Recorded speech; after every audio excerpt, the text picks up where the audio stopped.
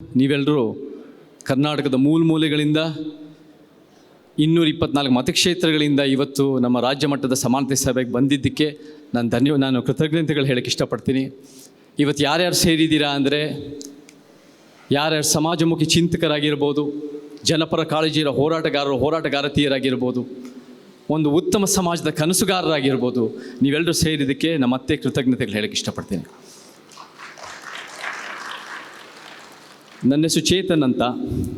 ನಾನು 21 ವರ್ಷದ ಹಿಂದೆ ಅಮೇರಿಕ ಬಿಟ್ಟು ಕರ್ನಾಟಕದ ಸೇವೆ ಮಾಡಬೇಕು ಅಂತ ಬಂದು ರಂಗಭೂಮಿ ಮುಖಾಂತರ ಸೇವೆ ಮಾಡ್ತಾ ಕೆಲವು ಸಿನಿಮಾಗಳಲ್ಲೂ ಭಾಗವಹಿಸಿ ನಾನಿವಾಗ 15 ವರ್ಷಗಳಿಂದ ಸತತವಾಗಿ ನಿಮ್ಮೆಲ್ಲರ ಜೊತೆ ಕರ್ನಾಟಕದ ವೈಜ್ಞಾನಿಕ ಚಳುವಳಿಗಳ ಜೊತೆ ಕೈ ಜೋಡಿಸಿ ಕೆಲಸ ಮಾಡೋಕ್ಕೆ ಅವಕಾಶ ಸಿಕ್ಕಿದೆ.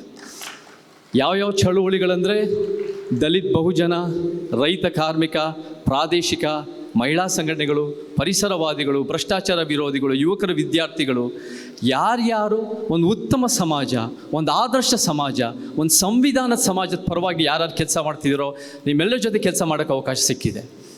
ಏನಿದು ಉತ್ತಮ ಸಮಾಜ, ಏನಿದು ಆದರ್ಶ ಸಮಾಜ, ಏನಿದು ಸಂವಿಧಾನ ಸಮಾಜ? ನಮ್ಮ ವ್ಯಾಖ್ಯಾನದ ಪ್ರಕಾರ ಅದು ಒಂದು ಸಮಾಜ.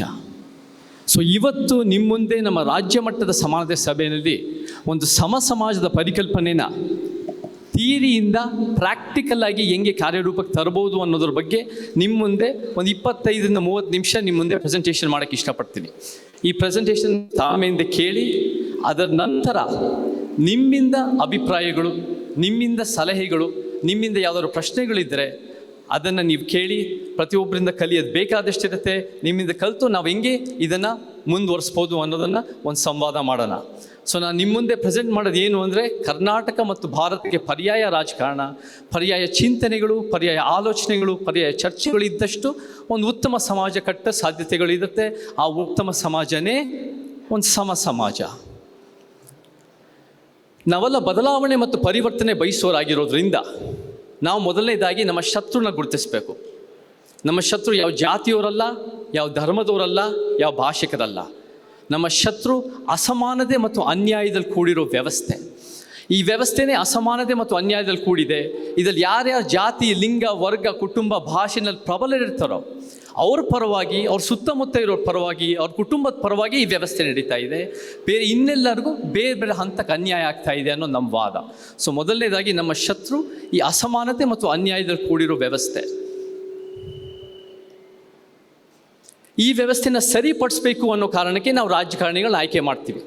ರಾಜ್ಯದ ಹಿತಾಸಕ್ತಿಗಾಗಿ ಕೆಲಸ ಮಾಡ್ತಾರೆ, ರಾಷ್ಟ್ರದ ಹಿತಾಸಕ್ತಿಗಾಗಿ ಕೆಲಸ ಮಾಡ್ತಾರೆ ಅನ್ನೋ ದೃಷ್ಟಿಯಿಂದ. ಆದರೆ ದುರಂತ ಮತ್ತು ವಿಪರ್ಯಾಸ ಏನಂದರೆ, ಇವು ರಾಜ್ಯದ ಹಿತಾಸಕ್ತಿಗಳಿಗಿಂತ ಅನೇಕ ಬಾರಿ ಸ್ವ ಅಧಿಕಾರ, ಸ್ವಹಣ ಮತ್ತು ಸ್ವಪ್ರತಿಷ್ಠೆಗಾಗಿ ಅವ್ರು ಕೆಲಸ ಮಾಡ್ತಾ ಇದ್ದಾರೆ. ಇದು ಅನೇಕ ಕಾರಣಗಳಿರ್ಬೋದು. ಅವರ ಒಂದು ಪಕ್ಷದ ಒತ್ತಡಗಳಿರ್ಬೋದು, ಇಚ್ಛಾಶಕ್ತಿ, ಧೈರ್ಯದ ಕೊರತೆಗಳಿರ್ಬೋದು, ಅಥವಾ ತಿಳುವಳಿಕೆಯ ಕೊರತೆಗಳಿರ್ಬೋದು.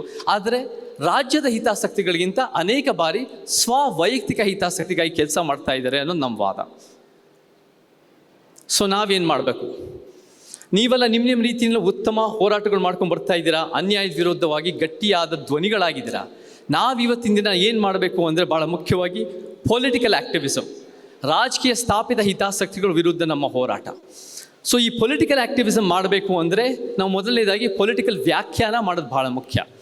ನೀವೆಲ್ಲ ಕೇಳಿರ್ತೀರ, ಎಡ, ಮಧ್ಯ, ಬಲ, ಎಡಪಂಥ, ಬಲಪಂಥ, ಮಧ್ಯಪಂಥ ಅಂತ ಕೇಳ್ತೀವಿ.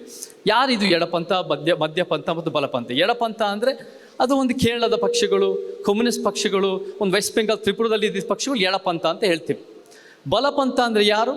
35ರಿಂದ 38% ವೋಟ್ ದೇಶದಲ್ಲಿ ತಗೊಳ್ಳೋರು, ಹಿಂದುತ್ವ, RSS 3 ಸಲ ಕೇಂದ್ರದಲ್ಲಿ ಗೆದ್ದಿರೋರು ಬಲಪಂಥ. ಮಧ್ಯಪಂಥ ಅಂದರೆ ಯಾರು? ಇವರು ಮನುವಾದಿ ಪಕ್ಷಗಳು, ಯಥಾಸ್ಥಿತಿ ಪಕ್ಷಗಳು. ಅಧಿಕಾರ ಹಿಡಿಬೇಕು ಅಂತ ಹಾಪಿಸ್ತಾರೆ, ಅಧಿಕಾರ ಬಂದ ಮೇಲೆ ಯಾವ ಪರಿವರ್ತನೆ ಇಲ್ಲದೆ ಒಂದು ಯಥಾಸ್ಥಿತಿ ಕಾಪಾಡ್ತಾರೆ, ಒಂದು ರಾಜ್ಯ ಸರ್ಕಾರ ಅಂತ ಪಕ್ಷಗಳು. ಇದು ಎಡ, ಮಧ್ಯ, ಬಲ ಅನ್ನೋದು ನಮ್ಮ ವ್ಯಾಖ್ಯಾನ. ನಾವ್ಯಾರು?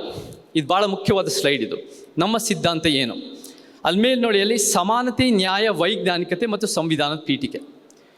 ಸಮಾನತೆ, ನಾವೆಲ್ಲ ಬೇರೆ ಬೇರೆ ಜಾತಿಗಳಲ್ಲಿ ಹುಟ್ಟಿದ್ದೀವಿ, ಬೇರೆ ಬೇರೆ ಲಿಂಗಗಳಲ್ಲಿ ಹುಟ್ಟಿದ್ದೀವಿ, ಬೇರೆ ಬೇರೆ ಊರುಗಳಿಗೆ, ಧರ್ಮಗಳು ಹುಟ್ಟಿದ್ದೀವಿ. ಇದು ಯಾವುದು ನಮ್ಮ ಆಯ್ಕೆ ಅಲ್ಲ. ಆದರೆ ಹುಟ್ಟಿದ ಮೇಲೆ ಏನು ಮಾಡ್ತೀವಿ? ಅದು ನಮ್ಮ ಕೈಯಲ್ಲಿದೆ, ಅದು ನಮ್ಮ ಆಯ್ಕೆ, ಅದು ನಮ್ಮ ತನ. ಹುಟ್ಟಿದ ಮೇಲೆ ಒಂದು ಸಮಾಜಕ್ಕೆ ಸಮಾನತಾವಾದಿಗಳಾಗಿ ಕೆಲಸ ಮಾಡಿದ್ರೆ ನಾವು ಉತ್ತಮ ಸಮಾಜ ಕಟ್ಬೋದು, ಒಂದು ಸಂವಿಧಾನದ ಪೀಳಿಗೆ ಮುಖ್ಯ ಆಶಯಗಳು ಎತ್ತಿಡಿಬೋದು.